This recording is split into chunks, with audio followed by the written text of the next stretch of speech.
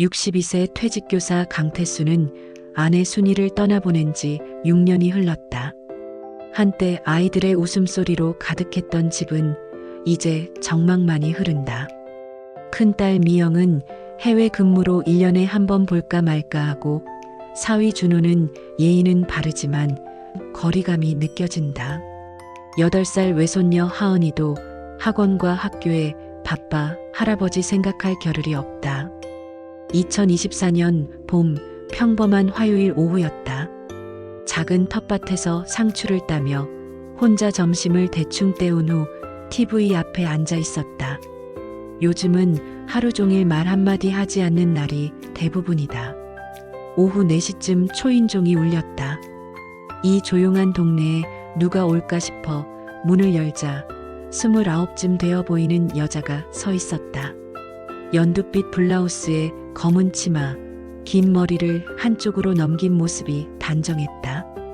안녕하세요. 사위님의 후배 나윤아입니다. 순간 어디서 본 얼굴 같았다. 사위 준호의 회사 동료로 몇 번 만났던 기억이 났다. 그때는 신입사원 티가 났는데 지금은 완전히 달랐다. 차분하면서도 세련된 분위기였다. 윤아는 준호가 출장 중이라는 걸 알고 있었다. 근처에 업무차 왔다가 잠깐 인사드리고 싶어서 왔다며 차라도 한 잔 마시고 가면 안 되겠냐고 자연스럽게 물었다. 오랜만에 찾아온 손님이라 거절할 이유도 없었고 솔직히 누군가와 대화할 기회가 반가웠다. 윤아를 거실로 안내하며 녹차를 끓였다. 집이 정말 따뜻한 느낌이에요. 선생님께서 직접 꾸미신 건가요? 오랜만에 누군가 내 살림에 관심을 보여주니 기분이 좋았다. 차를 마시며 이런저런 이야기를 나눴는데 윤아는 말솜씨가 좋았다. 최근 직장 생활 이야기도 해주고 내 근황도 물어봤다. 정말 오랜만에 즐거운 대화였다. 그런데 시간이 지날수록 윤아의 시선이 묘해졌다. 내 얼굴을 자주 바라보며 뭔가 확인하려는 듯한 눈빛이었다. 해가 지기 시작할 무렵 윤아가 조심스럽게 말했다. 사실 오늘 밤 머물 곳이 마땅치 않아서요. 집이 너무 멀어서 하룻밤만 신세져도 될까요? 순간 당황했다. 혼자 사는 집에 젊은 여자가 머물겠다니. 하지만 거절할 명분도 딱히 없었다. 준호의 후배이기도 하고 밤늦게 혼자 다니는 것도 위험하니까. 윤아는 내 대답을 기다리며 미소 지었다. 그 미소에는 순수함과 동시에 알 수 없는 무언가가 담겨 있었다. 그렇게 윤아는 우리 집에 머물게 되었다.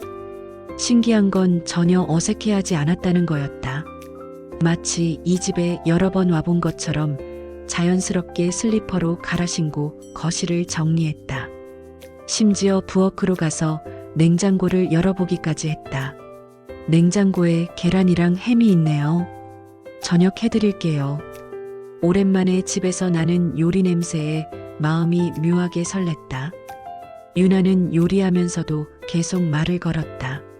선생님 혼자 계시니까 외로우시죠?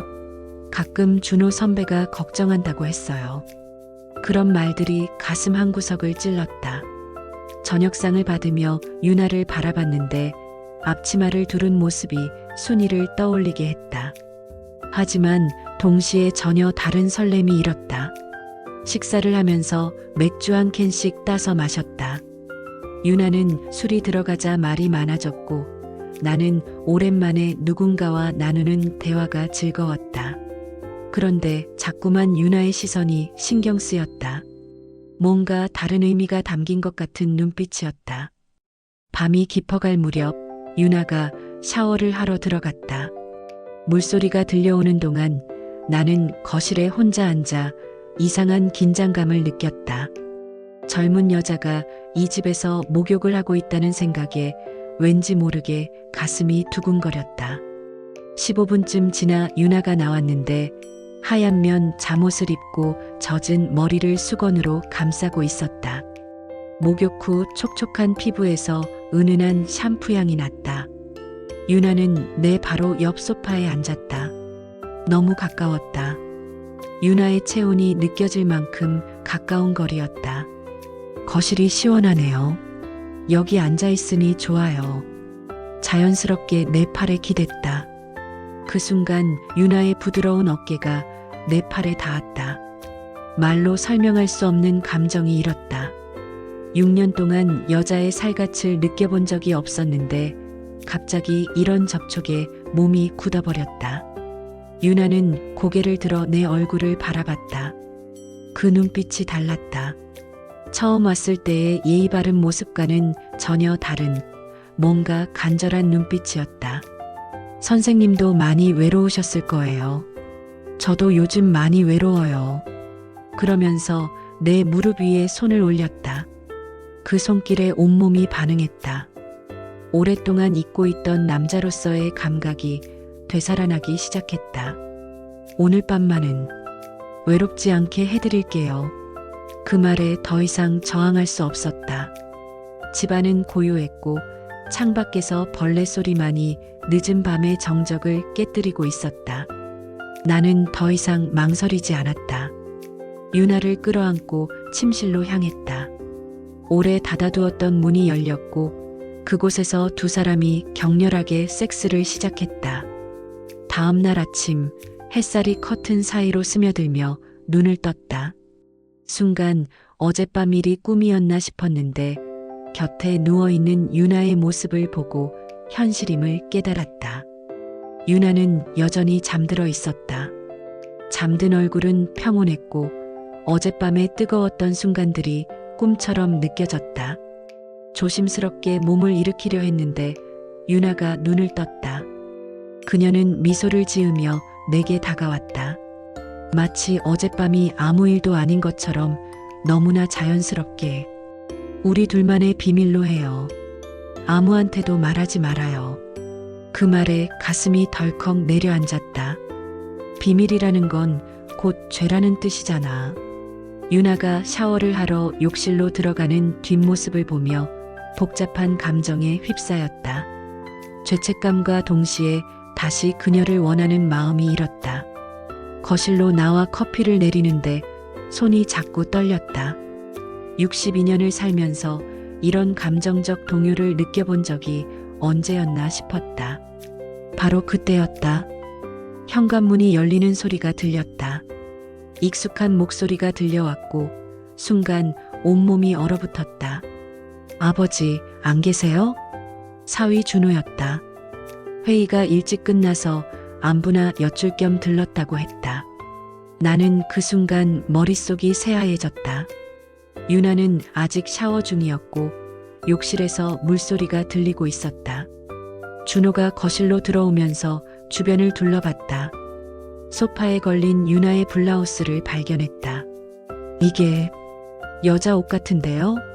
나는 당황하며 청소하다가 놓친 순이 옷이라고 둘러댔다. 그런데 준호의 표정이 점점 의심스러워 보였다. 바로 그때 욕실 문이 열렸다. 유나가 머리는 젖은 채 내 셔츠를 입고 나왔다. 순간 시간이 멈춘 것 같았다. 유나는 한치의 망설임도 없이 자연스럽게 인사했다. 준호 선배, 안녕하세요. 어제 늦어서 선생님께 하룻밤 신세졌어요. 너무나 당당하고 자연스러운 모습에 오히려 나만 더 당황스러웠다. 준호는 유나의 설명을 그대로 받아들이는 듯 보였다. 후배가 선배 장인어른께 하룻밤 신세진 것 자체는 이상할 게 없으니까. 하지만 나는 가슴이 터질 것 같았다. 다행히 준호는 오래 머물지 않고 갔다. 나중에 또 들르겠다며 인사하고 나가는 준호를 배웅하면서도 다리에 힘이 들어가지 않았다. 문이 닫히자마자 유나가 내게 다가왔다. 그녀는 미소를 지으며 들킬 뻔했다고 말했다. 마치 스릴을 즐기는 것처럼.